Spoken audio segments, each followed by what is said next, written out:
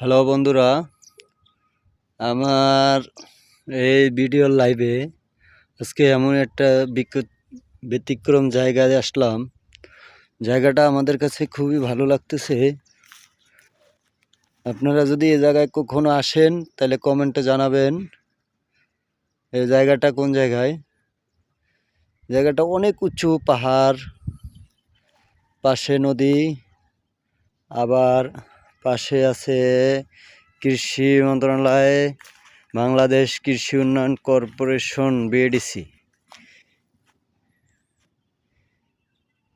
হ্যাঁ, তবে আমরা এখানে আসার কারণ হলো জায়গাটা দূরের থেকে অনেক খুব সুন্দর লাগে, তাই দেখতে আসলাম। এখানে বিদ্যুৎবিহীন পাম্প এবং সোলারের মাধ্যমে চালানো হয়।